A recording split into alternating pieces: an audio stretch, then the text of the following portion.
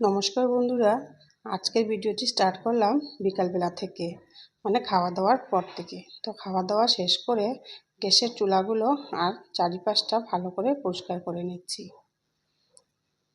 আর পরিষ্কার করে নেওয়ার পর এসে গেলাম আমার ঘরে।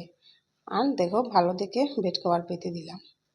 আজকে তো বুঝতেই পারছো কি, আজকে আমার মেয়ের শুভ জন্মদিন। তো সবাই ওকে অনেক আশীর্বাদ করবেন।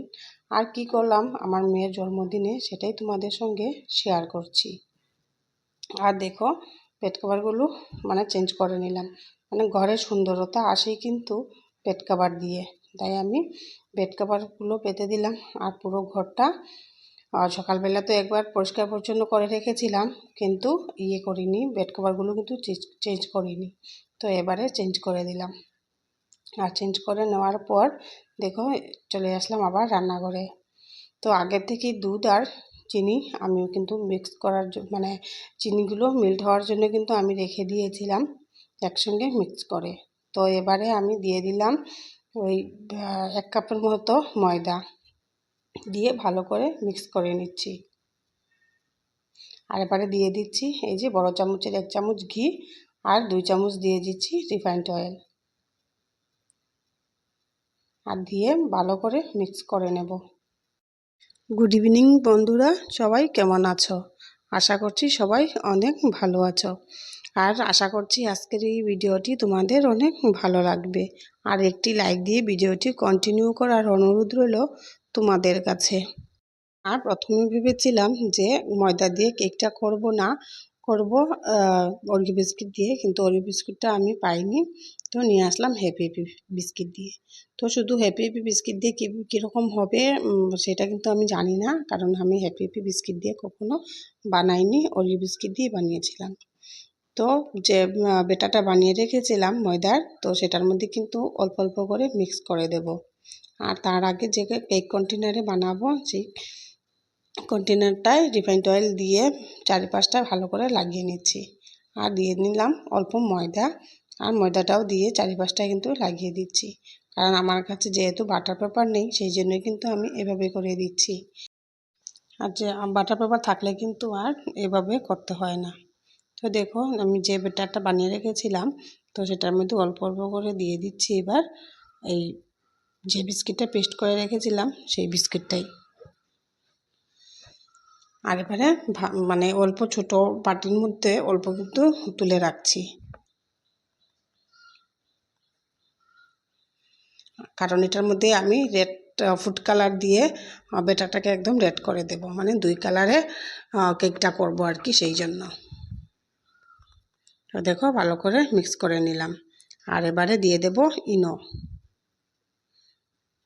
দিয়ে ভালো করে আবার মিক্স করে নেব। কারণ ইনো দেওয়ার পর আর কিছু করা যাবে না, বেশি টাইম অবধি বাইরে রাখা যাবে না। তো সেই জন্য সব কাজ শেষ করার পরই আমি লাস্ট মোমেন্টে দিয়ে নিচ্ছি ইনোগুলো।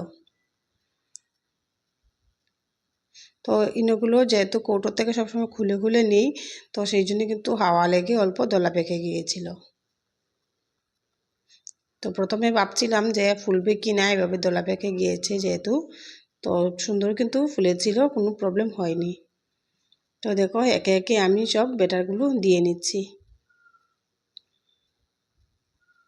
এবার আবার দিয়ে নেব রেড কালার। তো সব কালার আমার একে একে দেওয়া হয়ে গেল। আর এবারে একটা কাঠি দিয়ে সুন্দর একটা ডিজাইন করে দেব।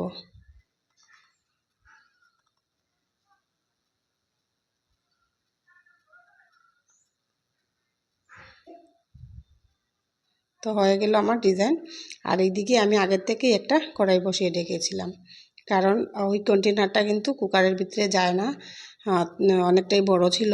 তো সেই জন্য এই কড়াইতে কিন্তু আমি কেকটা করে নিচ্ছি। তো দেখো, আমার কেকটাও কিন্তু হয়ে গেছে আর অনেকটাই ফুলেছে। তো সেই জন্য এই যে ঢাকনার মধ্যে লেগে গিয়েছিল, তো সেই জন্য কিন্তু উপরটা এইভাবে হয়ে গেছে। আর এইদিকে দেখো, ওরা ভাই আর বোন মিলে ডেকোরেশন করছে বার্থডের জায়গাটা। তোর বিছানার সাইডটাতেই কিন্তু সাজাচ্ছে, কারণ অন্যদিকে কোনো জায়গা ছিল না যে ওরা সাজাবে। তো দেখো ওরা বেলুন ফোলাচ্ছিল, তো আমিও বসে পড়লাম ওদের সঙ্গে। আমার ভীষণ ভালো লাগে যে এইভাবে করে বেলুনগুলো ফোলাতে আর কি। আর দেখো এই যে একটা বেলুন ফোলাচ্ছি না, ভীষণ ভালো লাগছিল দেখতে। ভিতরে কি গ্লিটার্সের মতো ছিল, গ্লিটার্স ছিল না কিন্তু কি একটা কাগজের মতো কাটা ছিল, একদম রাউন্ড শেপে। ভীষণ ভালো লাগছিল ফোলানোর সময়। আর আমার মেয়ে কিন্তু বেলুনটা একদমই ফুলায় না, ও ভীষণ ভয় পায়। কিন্তু পাপাই একদম কিন্তু ভয় পায় না, ও ভীষণ মানে আনন্দ সহিত বসে বেলুন ফুলাচ্ছে। আর ফুলিয়ে ফুলিয়ে ওদের কাছে দিচ্ছি, ওরা বেঁধে রাখছে। তো আমার এই কাজগুলো কিন্তু ভীষণ ভালো লাগে। তো আমার বেলুন ফুলানো কিন্তু কমপ্লিট হয়ে গেল। এবারে ওইগুলো সব ঠিকঠাক করে রেখে দেবো আর কি, জায়গা জিনিস জায়গায় করে রেখে দেবো। তো দেখো ফাইনালি ওরা কিন্তু সাজিয়ে নিল যতটুকু পেরেছে করেছে, কারণ ঘরের মধ্যে তেমন একটা জায়গা নেই। আর দেখো ওই হাঁড়িতে কিন্তু আমি পায়েসটা করব। ওই যে ওই দিন রেখেছিলাম বাসন এক্সচেঞ্জ করে, ওই হাঁড়িটার মধ্যেই কিন্তু আমি আজকের এই পায়েসটা করব। তো আমি 3 লিটারের মতো আমুল তাজা দিয়ে দিলাম, আর 200 গ্রামের মতো দিয়ে দেব আমুল দুধ। মানে তাজাটা একটু গরম হওয়ার পরে কিন্তু দিয়ে দিচ্ছি এই আমুল দুধগুলো, দিয়ে ভালো করে মিক্স করে নেব। তো এবারে রুটির যে চালটা হয় সেটা দিয়েই করছি, কিন্তু সেটা ময়দার হয়, মানে শুধু চাল দিয়ে কিন্তু করছি না। তো কাজু বাদাম দিয়ে দিলাম, আমার পায়েসটাও কিন্তু কমপ্লিট হয়ে গেল।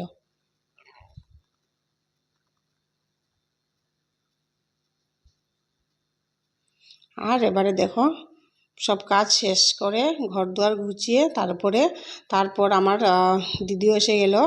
তো আমরা এবার লুচি বেলে নিচ্ছি। সন্ধ্যাও হয়ে গেছে, আর কাপড় চোপড় চেঞ্জ করে, মানে ঘরে কিছু হলে শাড়ি না পরলে কিন্তু ভালো লাগে না। তো আমরা শাড়ি উড়ি পরে এসে গেলাম, এবার লুচি বেলে নিচ্ছি। আর ওদেরকে পাঠিয়েছিলাম যে ক্যান্ডেল আনা হয়নি কিন্তু, তো সেই জন্য ক্যান্ডেল নিয়ে আসলো। তো ওদেরকে বলছিলাম ওরিও বিস্কিট নিয়ে আসার জন্য, তো 1 প্যাকেট ওরিও বিস্কিটও নিয়ে এসেছিলো, কিন্তু ওর ভেতরের ক্রিমটা হোয়াইট কালার ছিল না, যে ব্রাউন কালার ছিল। তো একটা ওরিও বিস্কিটের ক্রিমটা দিয়ে একটা ফুল বানিয়ে দিয়েছিলাম মিডিলে, আর কেকের কালার আর ওই ক্রিমের কালারটা সেম হয়ে গেছিলো, সেই জন্য কিন্তু একদমই ভাসছিল না। আর এদিকে দেখো মা বসে গল্প করছে ছুটির সঙ্গে, আর পরে কিন্তু মাও গিয়ে কাপড় চোপড় কিন্তু চেঞ্জ করে নেবে, কারণ যেহেতু মানে সন্ধ্যা দেবে, তো তার আগে কিন্তু কাপড় চোপড় চেঞ্জ করে আসবে। তো দিদি বলল যে তুই গিয়ে এবার লুচিগুলো ভেজে নে, আর আমি বেলে দিচ্ছি। তো আমি এসে পড়লাম এবার লুচিগুলো ভাজতে। তো আমি 1-2টা বাজার পরে কিন্তু চলে এসেছিল বৌদিমণি, তো আমার কিন্তু আর ভাজতে লাগেনি, তো বৌদিমণিও কিন্তু ভাজছিল। তো আজকে মানে আসতে অল্প লেট হয়ে গেছিলো বৌদিমণির, কারণ যেহেতু মাতৃ সম্মেলন ছিল, তো সেখানে কিন্তু চলে গিয়েছিল। তো এখান থেকে আসার পর কিন্তু ডাইরেক্ট আর ঘরে যায়নি, এখানেই এসে গেছিলো। তো এখানে এসে কাপড় চোপড় চেঞ্জ করে তারপর মানে লুচি ভাজতে শুরু করলো।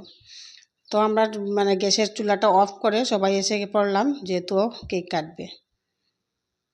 আর পরে যেগুলি আছে এগুলো কিন্তু কেক কাটার পর ভাজা হবে। তো আমরা সবাই কিন্তু এসে পড়লাম। তো ওকে বলছিলাম যে গিয়ে কেক কাটার জন্য।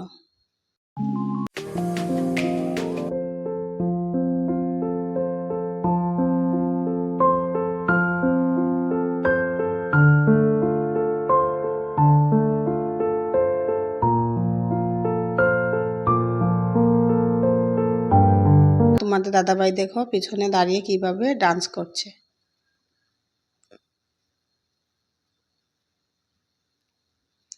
ওই দিনটা কিন্তু ভীষণ আনন্দের একটা দিন, বারবার আসুক এই দিনটা, সেই কামনা করি, সেই আশীর্বাদও করি যে সবার জীবনের এই দিনটা কিন্তু ভীষণ স্পেশাল হয়। তো একে একে সবাইকে কেক খাইয়ে দিচ্ছে, আর এবার বাবাকেও কিন্তু খাইয়ে দিতে যাচ্ছে। তো সঙ্গে তোমাদের দাদাভাইও যাচ্ছে, মানে বাবা এই ঘরে আসতে একটু প্রবলেম হবে, তো সেই জন্য কিন্তু বাবা আর আসছে না। তো বাবাকেও কেক খাইয়ে দিচ্ছে। তো আমি বললাম সবাইকে খাইয়ে দে, তো ও ছোট্ট করে এক পিস নিচ্ছে আর সবাই একজনকে খাইয়ে দিচ্ছে, এইভাবেই করছে। পরে গিয়ে আমি এক পিস কেটে দিলাম আর বললাম সবাইকে খাইয়ে দেওয়ার জন্য। এই দেখো ও এক পিস কাটছে, তো একজনকে নিয়ে খাইয়ে দিচ্ছে। তাই আমি বললাম যে সবাইকে অল্প অল্প করে ভেঙে ভেঙে সবাইকে খাইয়ে দিয়ে একটার থেকে, তো আমি একটা বড় পিস করে কিন্তু কেটে দিলাম। আর এবারে চলে গেলাম রান্নাঘরে, গিয়ে কেকগুলো কেটে নিলাম আর সবাইকে খাওয়াটাও কিন্তু দিয়ে দেব, সেই জন্য কিন্তু সবাই চলে যাচ্ছি রান্নাঘরে প্লেটগুলো। আর দেখো যে বেলুনটা ফুলিয়েছিলাম না, ভিতরে কি গ্লিটার্সের মতো দেওয়া ছিল, সেটাই কিন্তু ফাটিয়ে দিল। আর ঝরে ঝরে পড়ছিল, ভীষণ ভালো লাগছিল দেখে। আর বার্থডে কিন্তু আমি তেমন বড় করে কিন্তু করতেও পারিনি, কারণ আমার ছেলে আর মেয়ের বার্থডেটা কিন্তু পরপরেই আসে। তো সেই জন্যে ছোট্ট করেই মানে ওকে আনন্দ দেওয়ারই চেষ্টা করছিলাম আর কি। তো দেখো সবাই বসে গল্প গুজব করছে আর দেখতেও কিন্তু ভীষণ ভালো লাগছে। তো বিছানায় কিন্তু মা মানে শাশুড়ি মা বসে আছে, আর এখানে হলো আমার বৌদি আর ওর মেয়ে বসে আছে। আর দেখো নিচে মাও বসে ওদের সঙ্গে গল্প করছিল। আর এদিকে হলো ওই যে আমার পাপার ফ্রেন্ড, আর আমি যাচ্ছিলাম কারোর কিছু লাগবে না কিনা সেটাই দেখতে। আর পাপাই কিন্তু এখানে এসে বসে আছে। তো বন্ধুরা, আমার মেয়েকে ভীষণ ভীষণ আশীর্বাদ করো, যাতে মানুষের মতো মানুষ হতে পারে। আর আজকের এই ভিডিওটা যদি ভালো লেগে থাকে তাহলে প্লিজ লাইক করো, কমেন্ট করো।